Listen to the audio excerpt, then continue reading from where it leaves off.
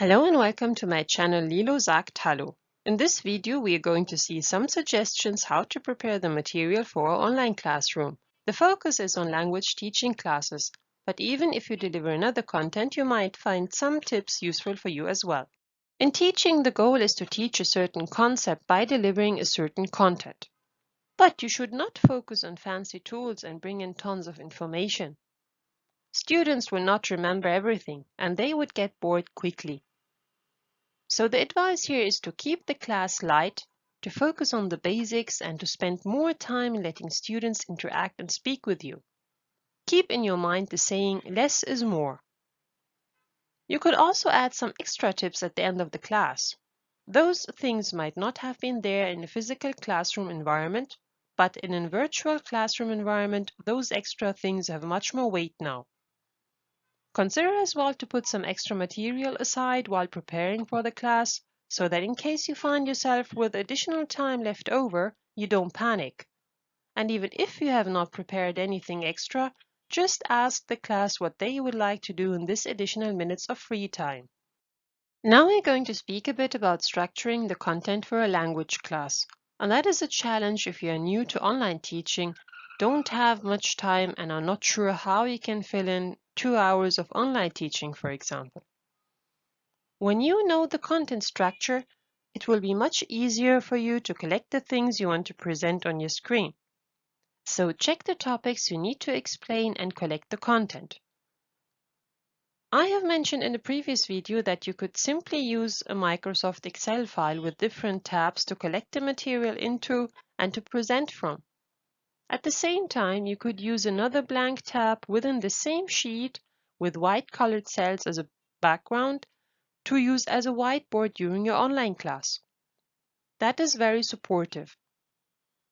The second thing is to plan for a reading comprehension part. And here, let every student read out one sentence. That keeps them focused and engaged and shortens your speaking time. After you're done with your listening comprehension, you could plug in some additional vocabulary for students. You should also include a listening comprehension part where you stop after each sentence and ask students in sequence what they have understood. This way you can engage students more frequently instead of just playing the whole part at once.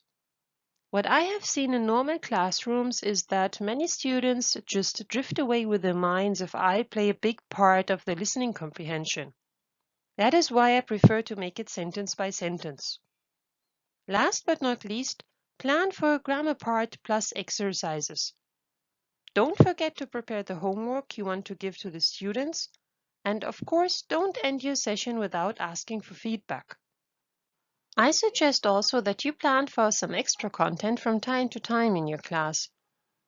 You might not be able to do this every time because you might not have much time to prepare or you don't have sufficient experience, but every while an extra activity should be included. So you could plan for a group exercise, for example, or show the students a short video which you discuss afterwards.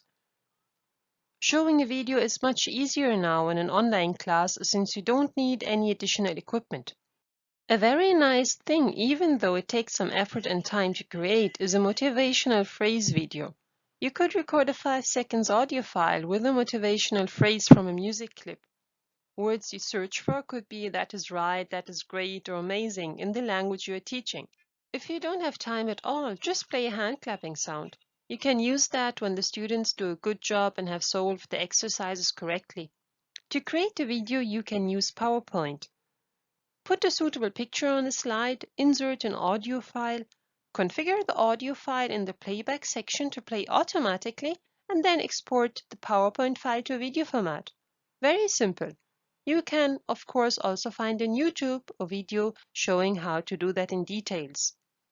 I have used here Pooh Town's free version for the background picture of my motivation video.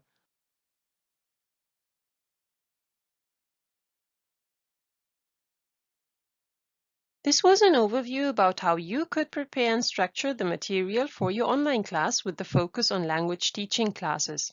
I hope you enjoyed the video and thanks for watching.